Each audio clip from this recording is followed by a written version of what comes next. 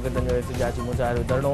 ठारूशाह में गुंगन ऐं ॿोड़नि जो एहतिजाजी मुज़ाहिरो। कड़ियो गवर में दरिया बचायो तहरीक जो धरणो। जेकबाबाद वार मीरपुर माथेलो आला दौड़ दरिया खान मरी ऐं ॿियनि शहरनि में बि एहतिजाजी मुज़ाहिरा।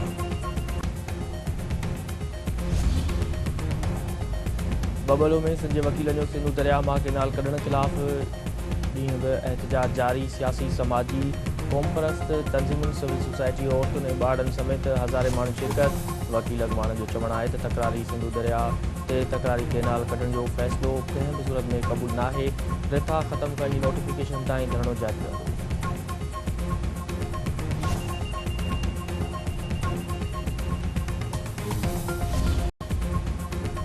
ममलिकती घरू वज़ीर तलाल चौधरी चयो आहे त भारत कंहिं बि सूरत में पाकिस्तान ते हमले जी ग़लती न कंदो। पाकिस्तानी क़ौम ऐं फ़ौज हर क़िस्म जी अगराई खे मुंहुं ॾियण लाइ तयारु आहिनि।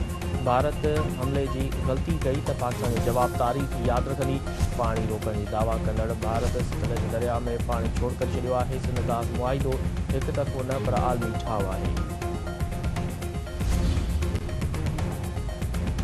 बचाव वारे वज़ीर ख्वाजा आसिफ चयो आहे त भारत अगराई या हमिलो कयो त सोच खां वधीक जवाब ॾिनो वेंदो। भारत छिकताण न वधाए त पाकिस्तान बि फ़ौजी कार्रवाई खां पासो कंदो। पाकिस्तान छिकताण वधाइण नथो चाहे ऐं न ई वरी कंहिं क़दम जी अगराई चाहे।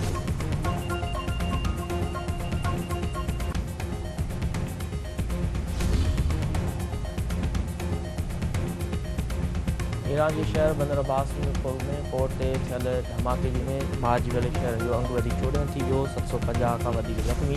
ईरानी सदर मसूद पज़ेश्कियान जी जांच जो हुकुम। धमाके जी जांच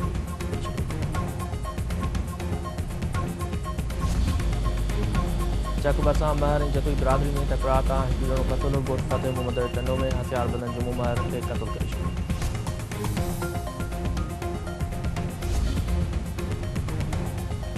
मियां साहिब भरिसां तकरार तां मासात खां नौजवान क़तलु। ॻोठ अब्दुल नबी जखराणी में जावेद भंड मुरीद भंड खे क़तलु करे छॾियो।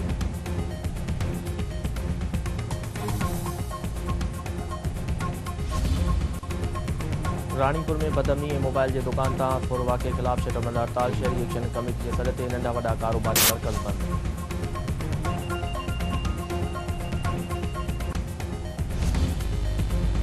पीरकोट में क़तलु थियल ॿिनि सॻनि भाइरनि जे कातलनि जी गिरफ़्तारी लाइ खेरपुर में मुज़ाहिरो। वारसनि जो चवणु आहे त हथियार बंदड़ मोहम्मद अनीस ऐं अमजद अली राहुल जे बेगुनाह क़तलु कयो। पुलिस 12 ॾींहं गुज़रण बावजूदि कंहिं बि जवाबदार खे गिरफ़्तार न कयो आहे।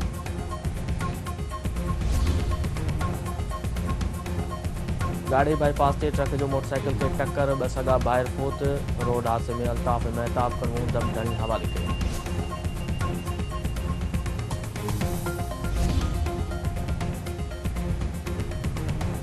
जामशरी में मंशियात ख़िलाफ़ शहरनि ऐं सिविल सोसाइटी जी एहतिजाजी रैली। अॻवान जो चवणु आहे त जामशरी में मंशियात सबबि नौजवान नसुल तबाह थी रहियो आहे। पुलिस मंशियात जे कारोबार ख़िलाफ़ कार्रवाई करण लाइ तयारु न आहे।